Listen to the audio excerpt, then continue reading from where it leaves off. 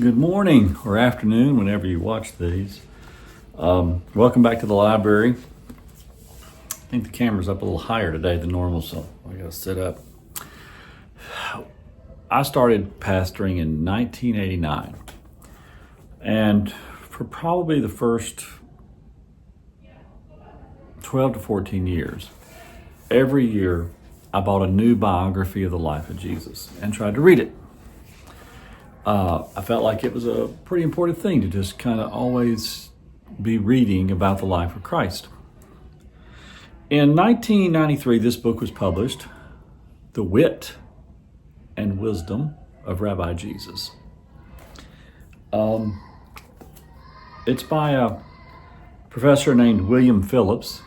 He wasn't any renowned professor.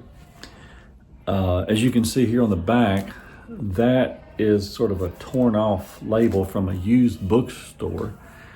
I think I found this in a used bookstore in Birmingham, and I was absolutely shocked and surprised by how much I have used it and how much I have written in it and how absolutely a lifelong companion this book has become. The Wit and Wisdom of Jesus. He looks at Jesus's words as wisdom, but also as humor, as sort of a Mark Twain approach to talking to people. That sometimes he was funny and he didn't even know he was funny. And sometimes he was funny and the people didn't even know he was funny. And sometimes he was funny and the biblical writers didn't know what to do with the material. And so it is very interesting read about how Jesus uses humor, irony, exaggeration to make his point. Now, I was also told I've been going a little bit long on these, so I'm just going to cite for you one little passage from this, but I do hope you'll run out and at least get this book from the library. Let's see. There is so much here. You can see I've underlined everything here.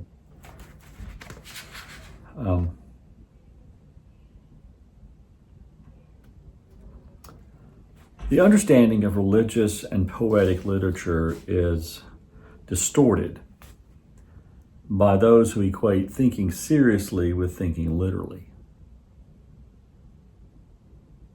To them, myths and parables are necessarily false because they're fiction. Truth is equated with matter-of-fact prose and data that can actually be sensed.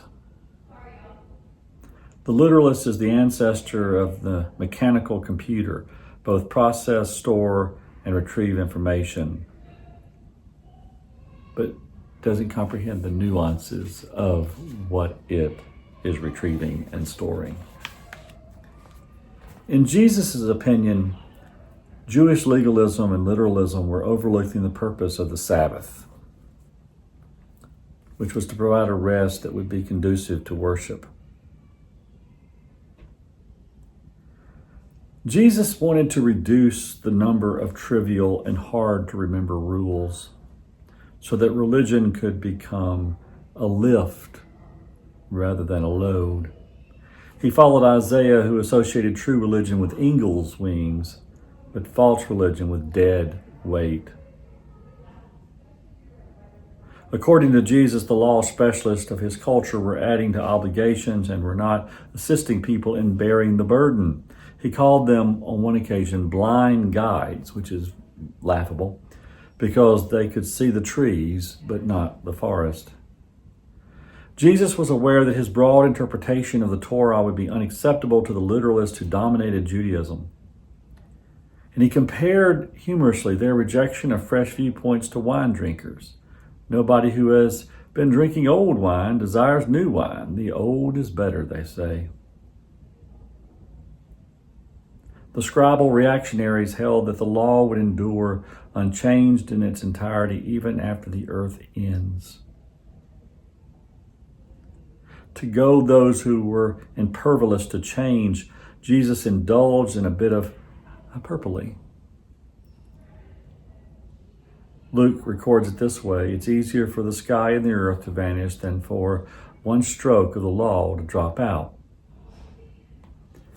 And see, the irony of that is that Jesus says that